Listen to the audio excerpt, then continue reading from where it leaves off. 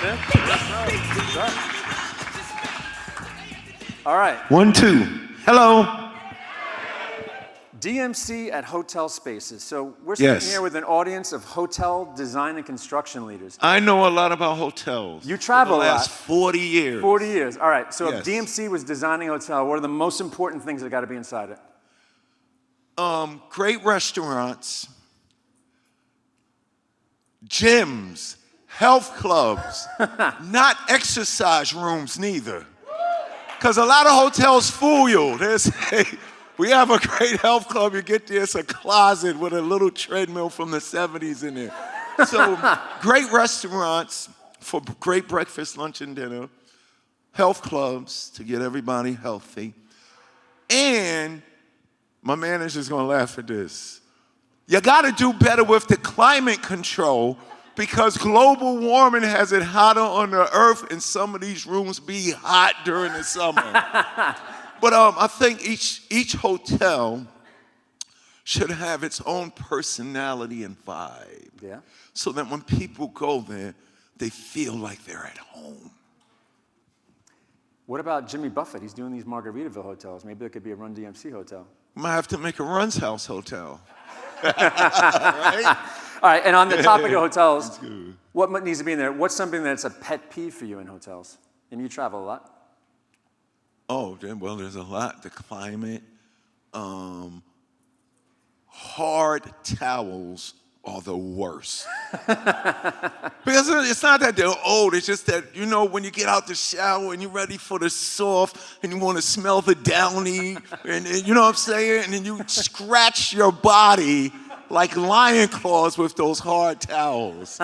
Yeah. So anything that's hard towels, hard beds, hard pillows. That's what we brought in. A lot of hotels, let me give you a credit, it's been doing really good with the pillows, because if my wife wants to steal pillows, that's saying something about the quality of pillows now. Okay. All right, so Run-DMC. And my wife, she probably stole from all of your facilities.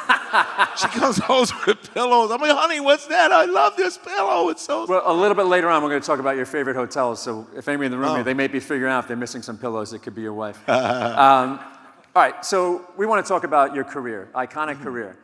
For those people here, I mean, for myself, I'm a big hip-hop fan. Everyone's familiar with Run-DMC, even if you're not. But let's take it back to when Run-DMC first started. Darryl McDaniels, young kid from Hollis, Queens. Did you set out to be a musician? No, not at all. Was not in the plan at all.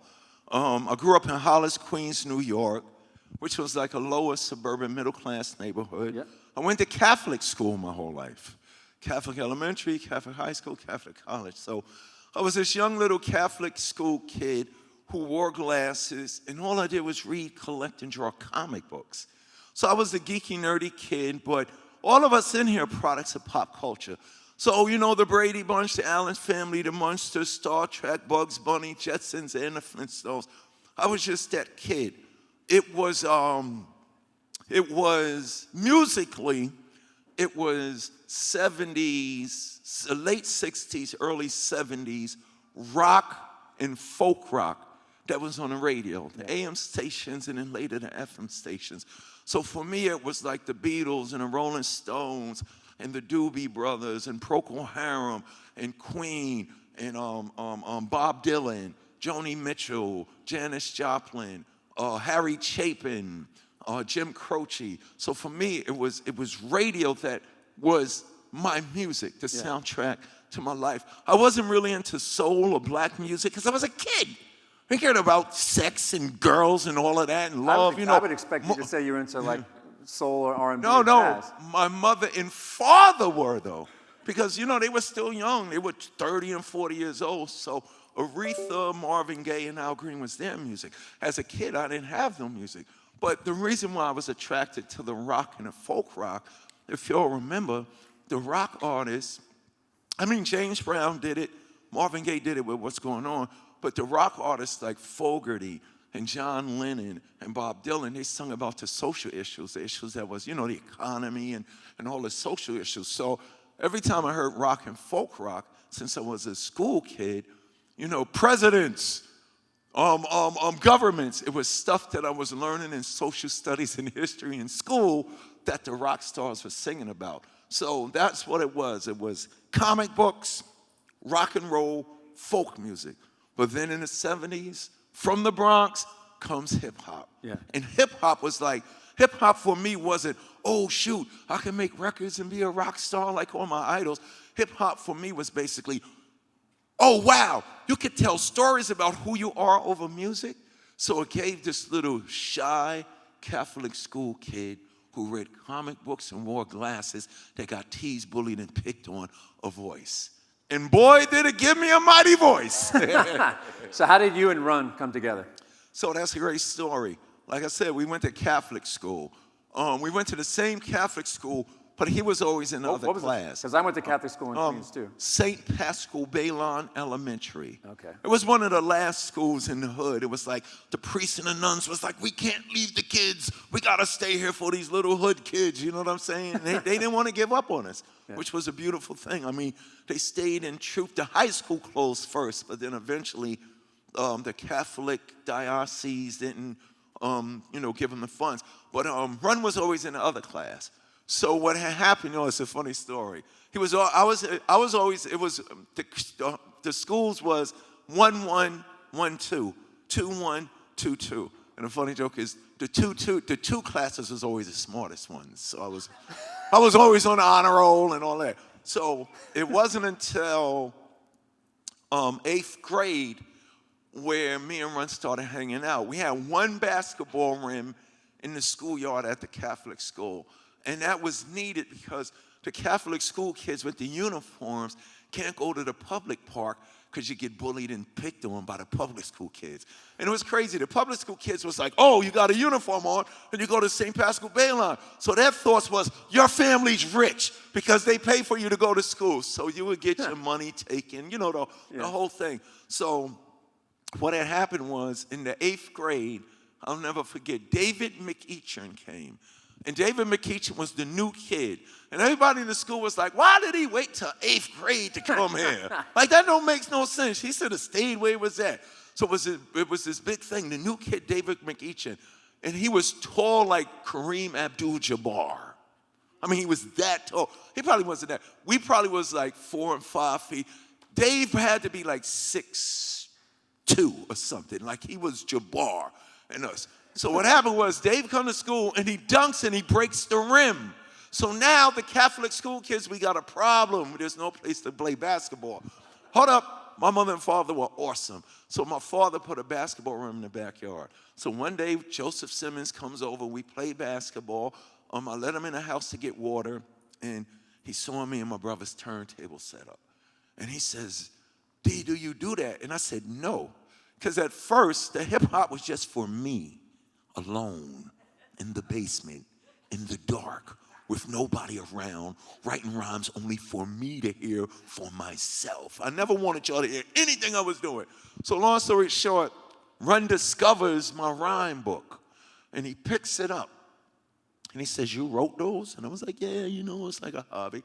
And he looks at me in 8th grade, and he says, whenever my brother Russell Simmons lets me make a record, I'm putting you in my group. Now, you got to understand, it went in one ear and out the other. Because to me, I don't do this. What? No, you got it all wrong. I was like, you do this, you and Curtis Blow and Grandmaster Flash and all the early rock. I said, y'all do this for real. This is my thing to do alone in the basement, in the dark, by myself. And he said, nah, Dean, you got something there. So that was 8th grade. So we graduated St. Pascal Baylon, went to completely different high schools. In 1982, I graduate Rice High School. I send my resume out. I get accepted to St. John's University. So the first thing I did when I opened the letter, and my mother and father's in the kitchen, I run through the house past my mother and father, and I run downstairs to the basement before I even told them I made it, and I write a rhyme about it. I'm DMC, in the place to be. I'm going to St. John's University. And since kindergarten, I acquired the knowledge. After 12th grade, I'm going straight to college. And I wrote that rhyme. Then I went back upstairs and said, Mom, I got accepted. So fast forward. I was a class of 82, graduated June of 82. In August of 82, the phone rings, and it's Joe. D, yeah, what's up, Joe? Remember 4 years ago when I told you if I make a record, I'm putting you in your group? I was like, oh, yeah. He was like, grab your rhyme book. We're going to the studio to make a record. And we went and we recorded in 1982. Song came out 83. We recorded It's Like That in Sucker MCs. But wait, so 4 years, you guys were not in contact? No, we was in contact, but we wasn't hanging together. Got it. Yeah. I was going to St. John. I was going to Rice High School. Run and Jam Master Jay went to Andrew Jackson High School. My high school, I took 3 trains and 2 buses every day for 4 years to go to Rice High School in Harlem. Run and Jay went to Andrew Jackson, which was like 5 minutes from where we grew up. But he didn't forget me. That's awesome. He called, he remembered, the kid with the glasses that reads comic books got some good rhymes. And he was like, I gotta put this guy in my group. And you were ready, obviously ready at that time. Like yeah, well, no, I wasn't ready. I think what it was, I was not ready. I'm not even ready now. Like sitting here in front of y'all, this is crazy. What it was, and I speak to a lot of little kids about that, don't be ashamed to do the thing that you love to do. Yeah. Because no matter how much you do it when nobody knows about it, when you're doing that thing and fate or destiny shows up, it's all about preparation. Yeah. I wasn't ready to be a musician. I was just pretending. But if you look at those words, pretend, pre means before something. You know what I'm saying? Imagination. So to me, my whole time, I'm just pretending to be the most powerful entity in the hip-hop universe. I was playing superhero on the mic. Run didn't know that. He just saw some good rhymes that could help us sell some records. So it wasn't that I was prepared with it. It was easy for me to do it because I was doing it already. So he was like, let's make this record. Here you go. Let's make another record. Here you go. So we made 2 singles, and then in 1984, Russell goes, Joe's brother says, we're going to do a rap album. We're going to do a whole album. And what's funny about that, if y'all remember the early years of hip-hop, it was all singles. Remember disco? Remember how great disco was? When disco died, we took the disco format. Disco was the giant 45s. You know what I'm saying? It was singles. So we had 2 successful singles, and then Russell goes, we're going to make an album. And the world was like, hold up. We'll give you these singles, they cool, but there's no way on God's earth that the world wants to hear a whole rap album full of this hip-hop stuff. 1984, we put out the self-titled album Run-DMC, and it went gold. And we was the first hip-hop group to be on MTV. Yeah. So, iconic songs, great, obviously great rapping, but the sound was something that was completely different that was out there. So Jam Master Jay, bring him into the mix. When did he join? Oh, Jam Master Jay, go back. So when we made our first single, we put the first single out, It's Like That, and that's the way it is. And the B-side was Sucker MCs, and it got big in New York. Then it got big in Jersey. Then it got big in Connecticut. Then it got big in D.C. Then it got big in South Carolina and Georgia, all the way down to Florida. Then it got big in Toronto, so it's on the East Coast. Then it spread across the United States like the zombie apocalypse. It went to the Midwest, and it went all the way to the West Coast. And then Russell started getting calls. We want to book the band, this and that. All right, I'll have them there tomorrow. And then we realized, oh, shoot, we don't have a DJ. So Jay was one of the most popular DJs in our neighborhood growing up. So Run went to Jay and said, yo, me and Darryl McDaniels, you know the geeky, nerdy kid that goes to Catholic school and wears the glasses? Jay, I know that geeky, nerdy guy. Well, we got this record, and it's hot right now. We need a DJ, and we'll pay you. So Jay was like, hold up. You going to pay me to tour the world to do what I was doing for free in this park? He was like, I'm down. So that's when it became Run-DMC and Jam Master Jay. Wow.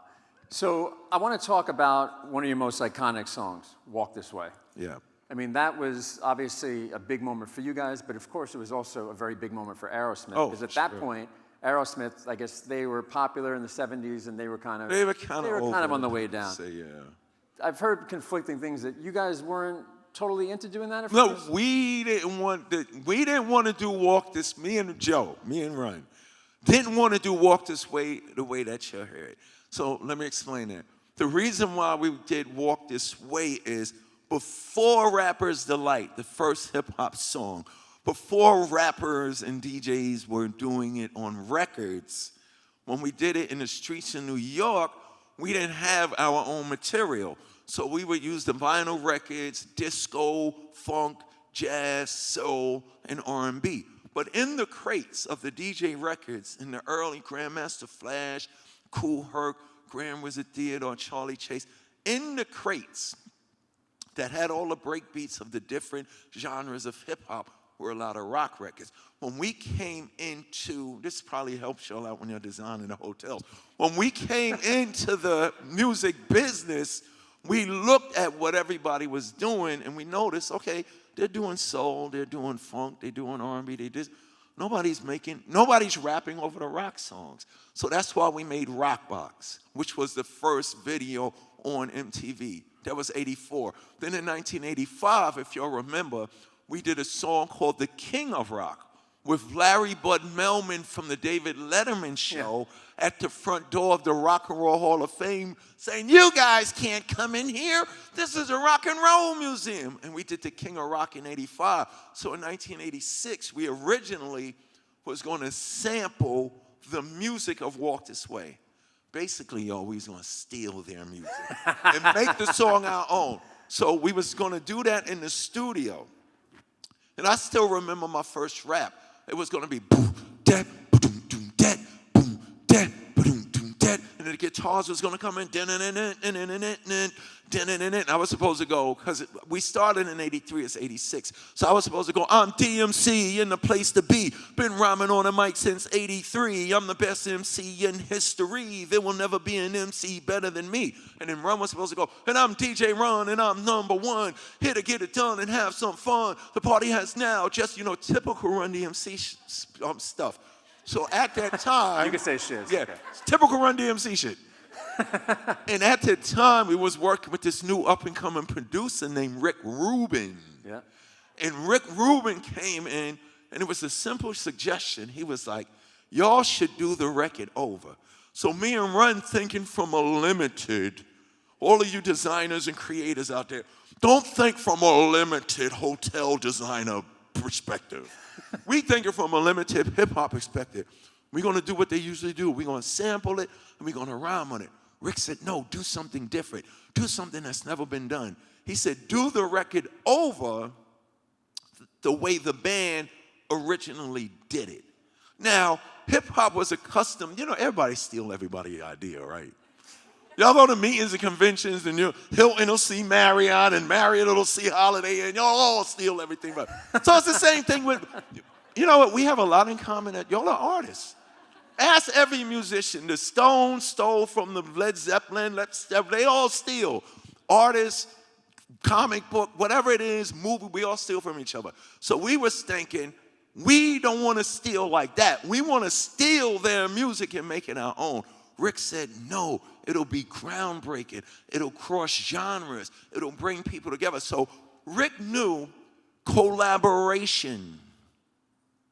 Collaboration breaks down the generation gaps.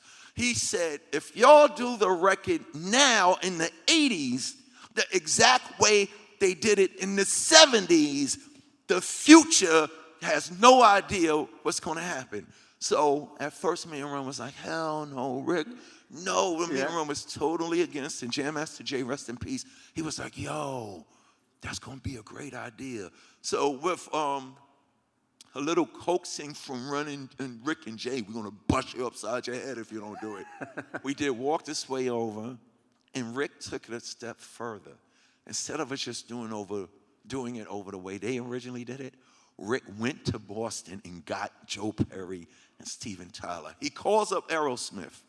They in there rehearsing. If y'all remember, after Walk This Way, they dropped that album called, not Back in the Saddle, but it had Dude Looks Like a Lady, and it had Angel. Like, they had hit records. Aerosmith had an awesome album, but they were so far gone. The joke was this. They could have made a record with God, Jesus, and Moses, and nobody would have cared. It took these 3 guys from Hollis, Queens, New York to do a remake of their song. So Rick calls them up. Hey, and Rick was very confident. He was like, hey, what's up? My name is Rick Rubin. I'm producing Run-DMC, and we're doing the record over. We want the guys to do it with us. So imagine being on the other end of the phone. Who the hell is this? Who? My name is Rick Rubin. I'm producing Run-DMC, and we want the guys to come so we could do a remake of this song, Walk This Way. Hold on. He calls out to Steve and Joe. Hey, Joe. Hey, Steve. Some guy named Rick Rubin is producing Run-DMC, and they want to do Walk This Way over. And Aerosmith and Steve, who? So, long story short, it went down to, to Steve and Joe. Do y'all want to do it? So they were humble and gracious. And also for them, it was like, what do we got to lose? It's always good to take a chance. So we did the record over. And as all of you know, that record didn't just change music. When Steven Tyler took the mic stand. And that's why I got that up there. Because I think everyone in this room, how many of you, show of hands, remember watching this music video? And that moment there when he breaks through the wall. I mean, it all there's been a together. book written about it, Yep. about how this song changed music Yeah, forever. people, I've been to South Sudan. I've been to Russia and Ukraine in the same tour. It's so crazy that they're fighting because the people there are beautiful. I've been to Asia and I've been to Europe. And everywhere I go, ever since '86, it don't matter if it's a high school, if it's a college, if it's musicians, no matter what I go to any country globally for, they go, well, Steven Tyler took that mic stand DMC and knocked down that wall. It didn't just happen in the video. So as a creator, as a designer, like I said in air, create something that's going to vibe with everybody generationally. Get rid of the so-called There's no such thing as a generation gap. It's an innovation, communication, and collaboration gap. You know what I'm saying? Y'all can look back to the 1600s and say, yo, we're going to make this lobby look like that. That'll blow people's mind. And what'll be crazy about that, you'll have young kids, oh my God, this is beautiful. You'll have older people, oh my God, this is beautiful. And you'll have all the spirits and the ghosts from the 1600s saying, this is beautiful, they did something for us. But I'll bring that up because that's what happened with Walk This Way. It brought rock and rap together. It brought black and white together. It changed the music industry. We changed fashion. So the collaboration, the working together of minds, young, old, past, present, and future, did something that was eternal. Yeah. So collaborations with this, but you also have one of the first if not the first collaboration with Adidas. That was the first time a musician Yes, we was the first non-athletic entity to receive a major endorsement from a sports apparel company. That's what I meant to say. That's how they say it. But that wasn't intentional, right? No, it wasn't intentional. At that time when we was making the Raising Hell album, we did Walk This Way, Peter Piper, all of these groundbreaking hip-hop style stuff, tricky, everything. We was like, what else could we do? So I was always that kid that was in the basement alone in the dark, writing different rhymes because when hip-hop first came out, it was considered black ghetto music. And we had the roots of the civil rights songs of the 60s and the protest songs of the 70s from Dylan and Joni Mitchell, and also the punk rock. If you remember punk rock from England and the punk rock in the States, it was always, we're going to fight until you pay attention, and the fair governments, everything that's going on in America today was going on back then. So it was the punk rock, and it was these musics doing it. But I was always the kid that said this: it don't matter if it's Ukraine or Russia or the dirt poor ghetto or the battlefields of all of these inner cities.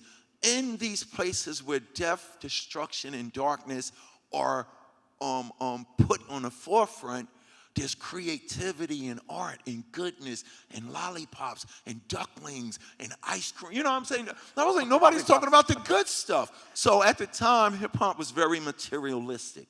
You know what I'm saying? Because even now, you know how hip-hop is now. these guys get a card, they're gonna tell you about their car. Oh, every record. I was like, I know that from, so long story short, I wanted to do something different. It was like, what else could we rap about? And I was like, let's just do a song about the sneakers we like. And it was that simple. So we did a song about called Adidas. And I talked about being a kid from Queens who played Live Aid just like Freddie Mercury. And my Adidas walked through concert doors and roamed all over Coliseum floors. I stepped on stage at Live Aid. All the people gave and the poor got paid. So it was representing something good. And the world went crazy for it. So about 3 months after the record is out, the phone rings. Hello, this is the Adidas Corporation. We want to give you $1 million in a deal. We would say, oh, what's going on? So it was it was crazy. But I always tell young people, you have a gift, you have a talent, you have an idea, you have a thought, you have a design. Don't be afraid to express it, because when we did that, the song changed fashion. The song changed business, and the song changed, well, you see it now, commercialization of products and stuff like that. It was a total change, but it just started from an innocent idea of just us talking about the sneakers that we like. I've heard the story where one of the Adidas execs come, I think it's like a show at the Garden. So what had happened now, they call up, but they still like, okay, they hung up the phone and what is this hip-hop thing and stuff like they didn't know, what is this They're Run-DMC rapping about thing? our shoes? Because the thing that made them call was, when we put the record out, and they was doing their monthly, you go see what the sales are. Every year you have the weekly meetings at the end of the week. They couldn't understand why the shell-toe superstar they couldn't even keep the sales of the sneaker on the wall in the offices. So they didn't know what was going. So what they did was, go see if it's true. Find out what in the world this hip-hop thing is, and what the hell is a Run-DMC? Like, all the terms, like, it was something out of this world. So they call back and go, oh, we hear that the guys are playing Madison Square Garden. Could we come? These are big corporations. So, yeah, sure. So we gave, the man's name was Angelo Anastasio. So he flies from LA, comes to Madison Square Garden, and this is what sealed the deal.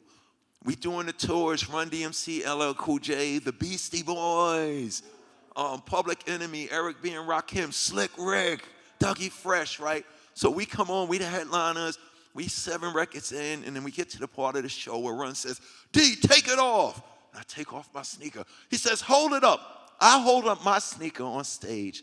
The whole garden, 29,000 seats, all sold out, held up their Adidas. Angelo runs back to Germany. It's true. It's true. There's this thing called hip-hop, and they rhyme, and they use beats, and they use all this different music, and then the guys be saying these rap things, and these guys is called Run-DMC. So that was the funniest moment ever. You know what I'm saying? That's amazing. And now think about how many artists have had collaborations. Pharrell. Exactly. There's another rapper that has Adidas. Kanye's driving Adidas crazy right now. I was going to say, should we comment on what's going on with Kanye? Yeah, no, he's going to Adidas. But even when Kanye first got his deal signed, he leaves Adidas' office and he throws on my Adidas. And he tweets it for the world to see. It's because of them. So he knows where it's coming from, you know what I'm saying? But that goes to show that we got our music from... It's funny, we got inducted into the Rock and Roll Hall of Fame 2009 after Grandmaster Flash and the Furious 5. Yeah. So we get inducted into the Rock and Roll Hall of Fame, and it feels a little weird because you're standing around waiting for them to come arrest you. Because you gotta understand, we stole all the music of all the iconic groups that's in there. James Brown's, Rolling Stone, everybody, Tramps, we stole all their music. But if you talk to those musicians who created the music for hip-hop to work, everybody gets it from somebody. So your responsibility is to be a continuation of what makes your industry great. And it's always a little something thing. It doesn't have to be outspoken.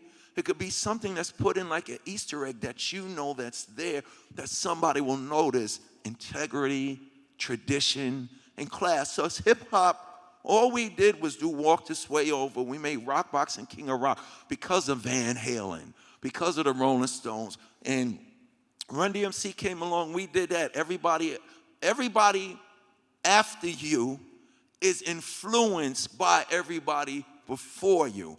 And everybody who influenced you was influenced by somebody who was influenced by somebody before them. And I think that's why Run-DMC was so good. When you saw Run-DMC within this music industry, you saw our greatness and dominance and power, but you saw yourself. Like, I get a lot of people from all walks and careers was like, because of Run-DMC, the Beastie Boys and Cool G Rap and Polo, I'm now a Wall Street guy. Because of Run-DMC and the Beastie Boys and Eric, because of Run-DMC and Salt and Pepper.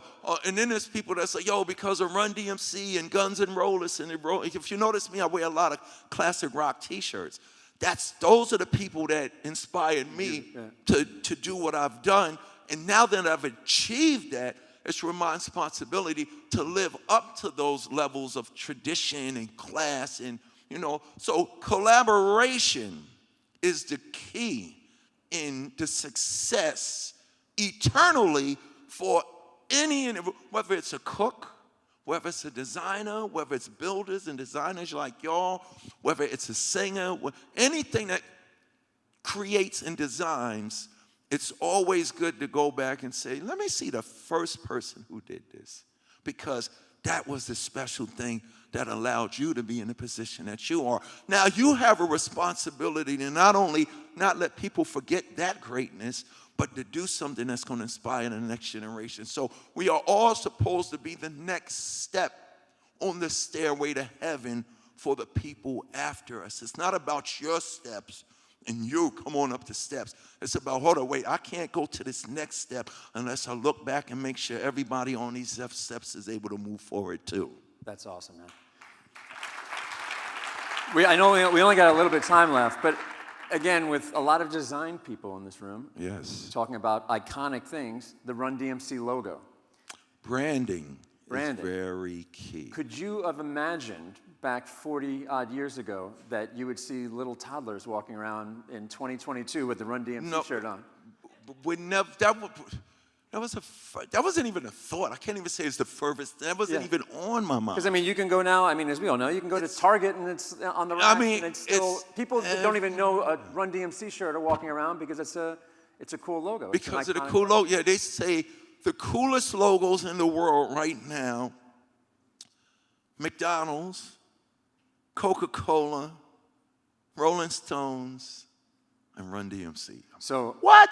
I was texting with my wife earlier, and I'm like, I'm telling her that I'm sitting down with you today, and she's like, oh, no coincidence, but look at the shirt she was wearing when she texted me today. Wow, that wasn't purpose. That wasn't purpose. This is earlier today, and I was like, all right, so there you go. And if I asked her right now, name a song, she'd be like, oh, walk this way. Oh, walk this way.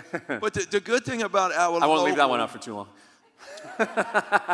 The good thing about our logo is it's one logo that people can wear, and it means something good. Yeah. You know what I'm saying? It doesn't matter what generation it is. It means something good. It means integrity, togetherness, creativity, and all of the good things that make this world a good place to be in. And it looks really cool. And it looks really cool, too. Exactly. Okay, so last night, we actually had a speaker performer here last night. His name is Brian Van Der Ark. He's the lead singer of a band called the Verve Pipe. Oh, back in the huge. Day, song Freshman back in the day. Yeah. His talk was surviving a crash landing. So they went, 3 million records sold, wound up opening for Kiss, but then they got dropped. And, he dealt with depression and other things. Right. You, obviously, at a much larger scale, 30 million records, touring the world, played on Live Aid, unbelievable. Right. But then, woke up one day and wanted to kill myself. Yeah, and you wrote a memoir, so what's... Yeah, I wrote a book called 10 Ways Not to Commit Suicide. So if you know anybody going through something, I suggest you get them the book, because it's not about me. It makes people say, I do that, but it's okay to do that. Mm-hmm. What I want to do with the whole mental health, depression, suicide, anxiety, substance abuse, everything, I'm the greatest rapper ever. So one of my greatest raps is, if you remove guilt and shame, you remove the pain. And if you don't admit how you feel, whether good or bad, you never heal. So 1993, Run-DMC, the kings, the gods, the icons, the pioneers that made all of this hip-hop stuff possible. We even made groups like Korn, Limp Bizkit, Rage Against the Machine. Asked them, they would say, it's because of Run-DMC and Aerosmith. So one of the guys that did all of it, I wake up in 1993, and I wanted to kill myself. And I didn't know why. I did not know why. It was just this void in me. And it was painful. It was confusing. So I didn't know. I'm DMC. I didn't know, go get help. Yeah. I didn't know, go to the doctor, tell people. So I held it in. And it got worse and worse and worse and worse and worse. And then when it got to the point where I'm definitely going to kill myself, check this out. I go, if I leave this world now, people know DMC at Darryl. They know the Run-DMC story. There's a book called Walk This Way.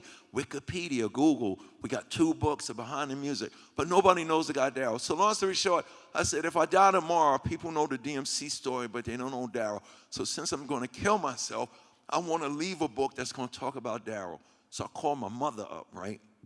So I don't go, hi, Mom, I'm about to kill myself, and I need to, because she would have lost. I was like, hey, Mom, I'm writing this book, and I know my birthday's May 31st, 1964, but I just need to know more details about the day I was born. So I was like, how much did I weigh? She was like, 11 pounds, 10 ounces. You was a big baby. What time you was born? You came into the world 11:30 a.m. What hospital? Kings County Hospital in Brooklyn. Thank you, Mom. I love you. I love you too. I hung up the phone, right? An hour goes by. She calls back with my father.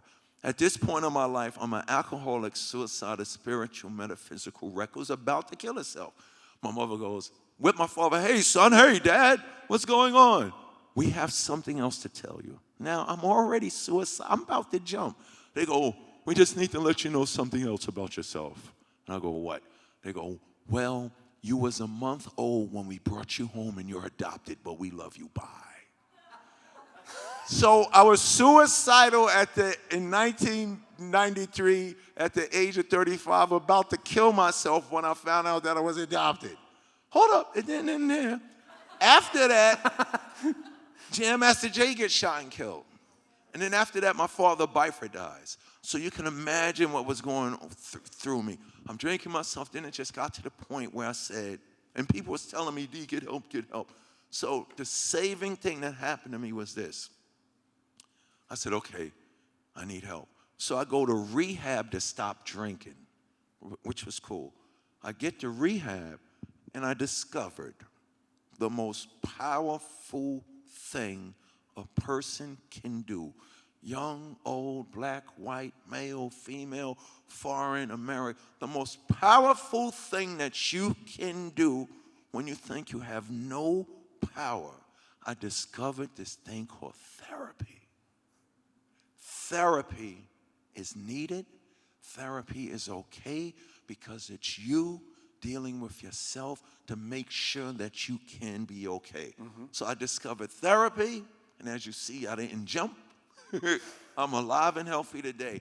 And the reason why I speak about it is because of this, and we could close with this. When I get out of therapy, I'm walking the streets. I'm in the airport. I'm at 7-Eleven. I'm at the supermarket. I'm at my show or whatever. And people was coming up to me going, Darryl, what's up with you? We haven't seen Run. This was before, we haven't seen, because Run had Run's House, the TV show.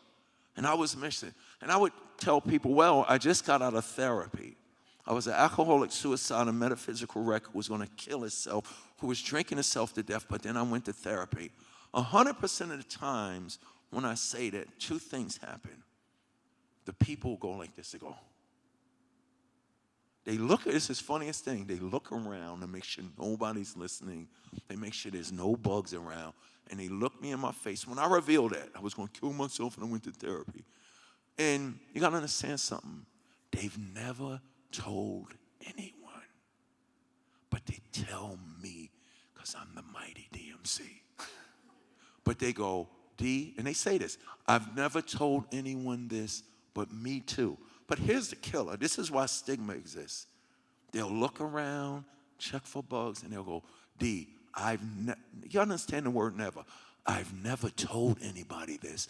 If it's not them, my mother, my wife, my daughter.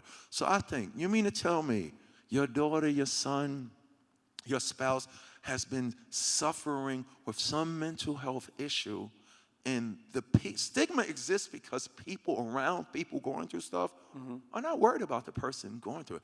They're worried about how the world is going to look at them for having a family member or sibling. So I got to tell that person, you got to go grab that person by the hand, and you got to walk that person into therapy, and if you got to sit there with them till they realize this is going to help them, this is what you got to do. So we have to get to a point where when people say, I feel like $1 million today, we love you, I can take it with. But as soon as somebody goes, I'm depressed, get away from me, weirdo. No, it's okay to go through something, but it's even better to go help yourself. Well, I mean, it's very common now where you're seeing a lot of artists like canceling tours for being mentally exhausted. And and the overdoses and think about. So what I'm saying is we have the power. You're in your daily job. I know there's the quiet person that's over there already, and you might walk by a person and say, how you doing today? And they go, I'm okay. Stop that person and say, hold on, wait. Look them in the eye and say, are you really okay? Like, give them that look like, are you really okay? So they know that, nah, man, I'm not. We got to help each other out. Yeah. Definitely clap to that. You're also an author of a children's book, which is right up behind you. Yes. Darryl's Dream. Yes. Last thing is, just this year, I hooked up with Nickelodeon Random House Kids. I did a book called Darryl's Dream, which is basically about telling kids two things. You're perfect just the way you are, regardless of what the knucklehead bullies say. And because you are who you are, you can be successful at whatever it is that you do. I did a book for kindergarten kids to 5th graders because this bullying stuff is like out of hand. Yep. Social media is like crazy right now. So I want to let the kids know, y'all are okay. You don't have a problem. Your hair's perfect, your freckles, your whatever it is that people are teasing you for, that you got to understand. They're teasing you because you're cool. They notice something that's good about you. So I did this book so we could deal with some of the problems at an early age so children don't have to be ashamed. And when they're going through something, they won't be afraid to say, Mommy, you know what? Or Daddy, you know what? Or Teacher, you know what? We got to get kids to be okay with their feelings. If there's trouble, go tell somebody. If you're feeling bad today, go tell somebody. Don't think you're a weirdo because something's going on in your life. And I also have to mention, because there's a few of them out there, you're also doing comics. You just came from 3 days. New York City, New York City Comic Con. Yeah. 5 years ago, I started a comic book company. It's called DMC, Darryl Makes Comics. And basically, the idea for the comic book is the people that created it with me said, D, you should do a comic book. And I was like, why? Because you can do everything you've been doing with your music for the last 40 years. And I was like, oh, what's that? Inspire, motivate, educate, and entertain. So the same responsibility that I have in my career and my artistic pursuits is the same responsibilities that all of y'all have in your career to work together, to do the things that's going to make people smile, and to make sure that everything that you touch comes out better than the people that left it before you. That's our collective responsibility. So in your hotels, when I go into them, I won't be critical. You say, we got to get this right because DMC loves hotels. So if you're not going to do it for yourself, do it for me. Okay, so 2 minutes. I've got a couple of fast questions. Okay. Fast answers. You ready? Best hotel you've ever stayed at? The Ritz-Carlton. Which one? Oh, all of them. All right, so that's your favorite. My next question was favorite hotel chain. Favorite hotel, Ritz-Carlton. All right, for the Marriott people in the room, I'm happy for that. Best restaurant in New York City? Oh. Yeah. The first one that comes to your mind. Philippe's. Philippe, okay. On East 60th Street, Philippe's. Yeah, it's really good. It's Mr. Chow's brother. They had a fight and they broke up. That's real funny. Brothers. So Mr. Chow kept Mr. Chow, and Philippe started Philippe's. And the good thing about Philippe's is Philippe's gives you more food. Hip-hop artist still alive that you admire the most? Chuck D, a Public Enemy. Love Chuck D. If you can collaborate with one artist, who would that be? Whoa, Paul McCartney. All right, Paul McCartney. Paul McCartney. Worst show you ever performed? Whoa, the worst show we ever performed. None. That's real funny. None. The ones that we thought were worse, we always had people like Lou Reed come up to us and tell us how good we were. When we did Live Aid, the guys in Van Halen was like, dude, yeah. They didn't have to say nothing. When we came, it was just, yeah. So all the ones that we thought were worse, because we know we felt out of place, wasn't really the worst. Okay. And most memorable show you ever performed? The most memorable show. Well, I don't have a most memorable show. I have a most memorable moment in music. Is when I met Sarah McLachlan. When I met Sarah McLachlan, and it was at one of the lowest points in my life, and then her record, Angel, in the arms of an angel, that record saved my life. I got to meet her, and then 3 years go by, I found out she's adopted like me. How crazy is that? Yeah. And you guys recorded a song together, didn't you? Yes, we did a song. I'm going to perform it tonight, so you can hear it. Awesome. Well, on that note, I know we're all excited to have you with us tonight. Thank you. You. Honestly, it's an honor to share a stage with you. Thank you. Thanks for having me. Thank you guys so much. Thank you.